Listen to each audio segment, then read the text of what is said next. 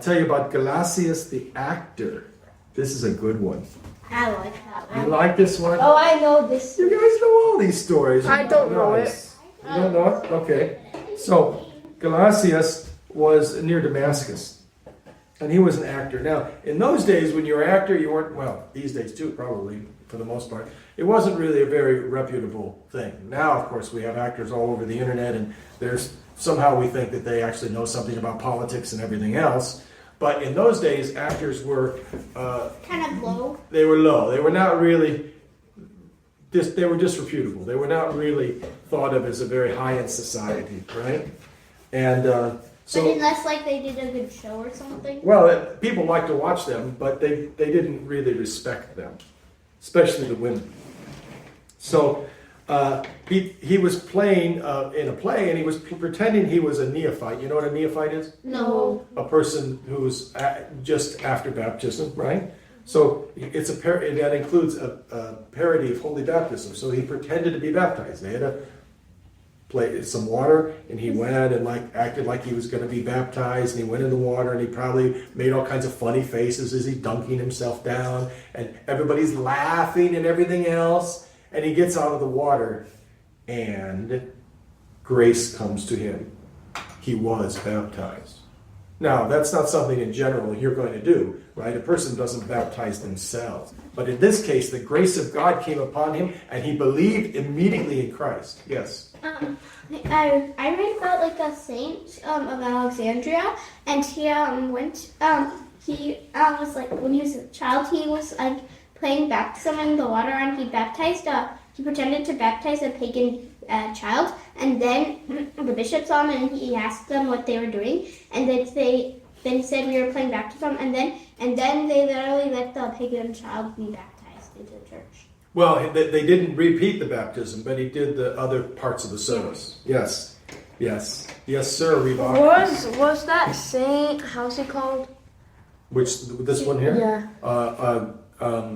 Gelasius. Was he baptized before that? No. He didn't know. No, he was a about pagan. Christianity? He was a pagan. He was a pagan, and just like that, the grace of God descended upon him, and the baptism was true. But By the grace of God, I mean, in general, if you pretend to be baptized, it's not a baptism. But in this case, God reached into his heart, and he realized that this is true. You know, like the story of Saint Christina, right? No, Saint Barbara. Saint Barbara. Barbara was in the tower, right? Yeah. Barbara was in the tower. Right? But is it considered blasphemy when you do something like that? Yes. It's blasphemy to mock holy things. Now, when children play, it's not blasphemy.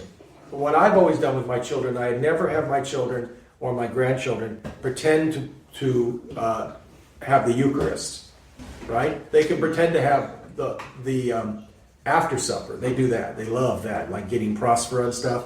And they love doing blessing with water and doing processions and things like that. But I don't let them pretend to do the Eucharist or pretend to do baptism, right? But they can do all the things around that, you know. Go ahead.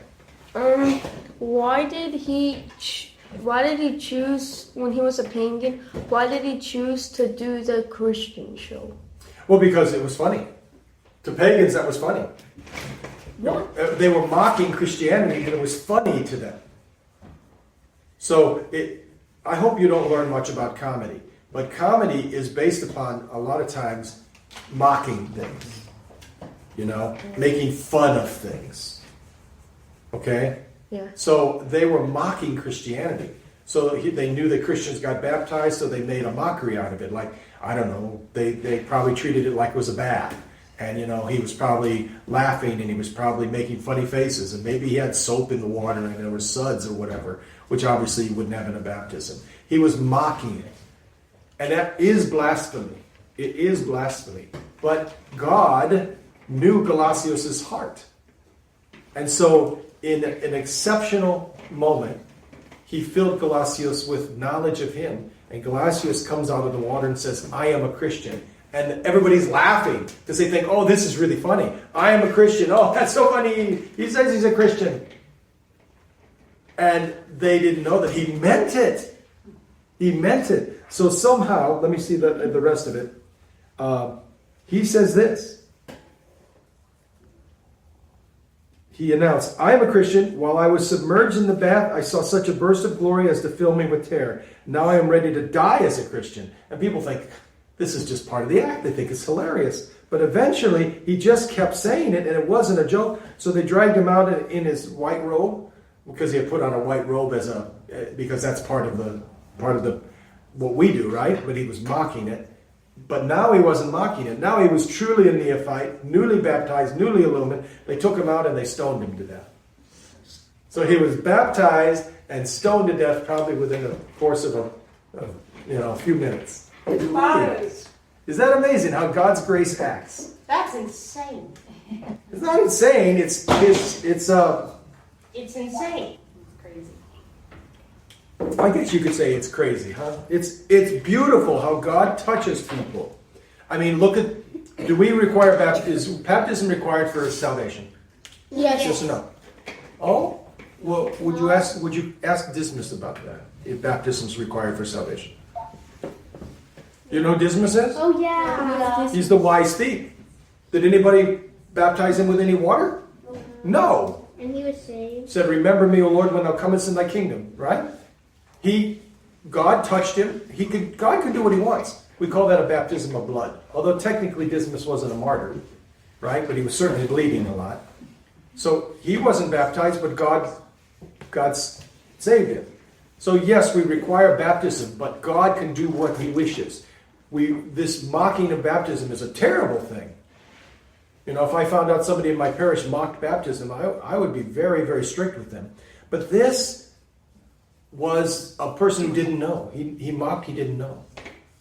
Do we allow murderers to become priests? No. Oh, yes? Yeah? Ask the Apostle Paul about that. He murdered a zillion people. He murdered a lot of people.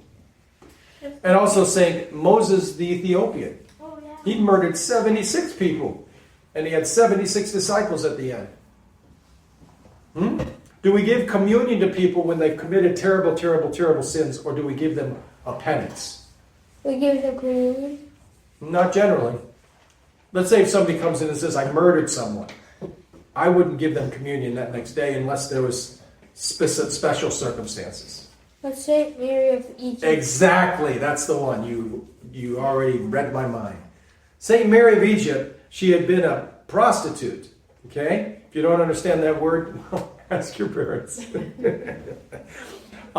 And you're a terrible sinner, living on the street, doing terrible things, getting drunk, always eating lots and lots of food, being a glutton, doing terrible things. For 17 years, she goes to venerate the cross. She can't do it. She talks to the Mother of God, says, if you allow me to see the cross of your son, I will go anywhere you want me to. So then she venerates the cross. She walks a day's walk out of Jerusalem and goes to a monastery, which I wonder if that's the monastery that St. Zosimus came to 47 years later. It might have been. It might have been, because it was on the Jordan.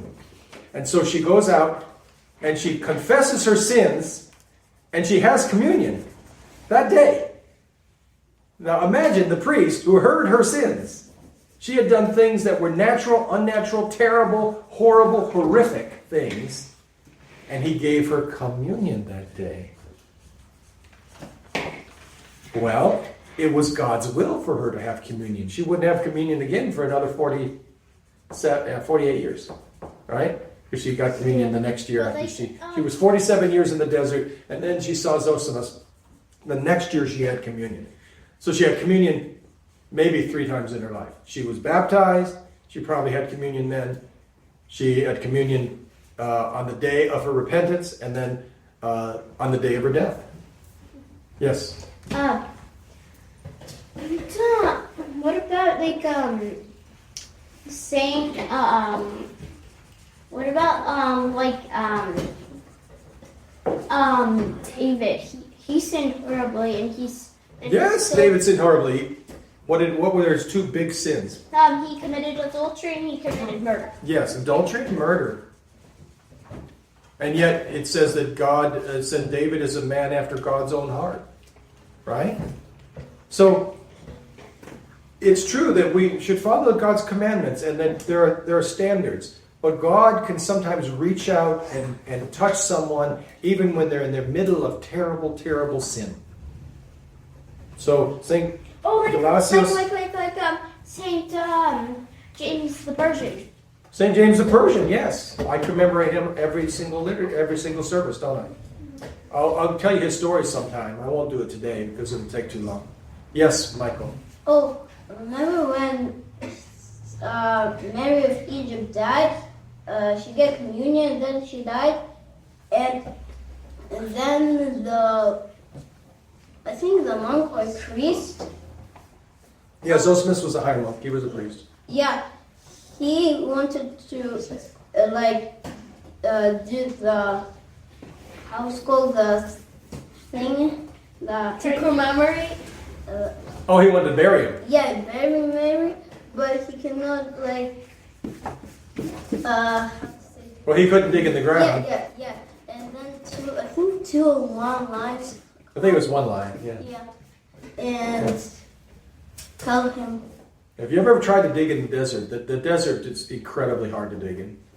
I mean, even if you have a sharp spade, it would take hours upon hours to dig a grave. It would probably take a whole day to dig a grave. Why? Because the ground is so hard. The ground is like concrete. There's no water. The ground is like concrete. Yeah. In Texas, they call it chert, and it's just so hard. It's just all packed together. It's so hard to dig in.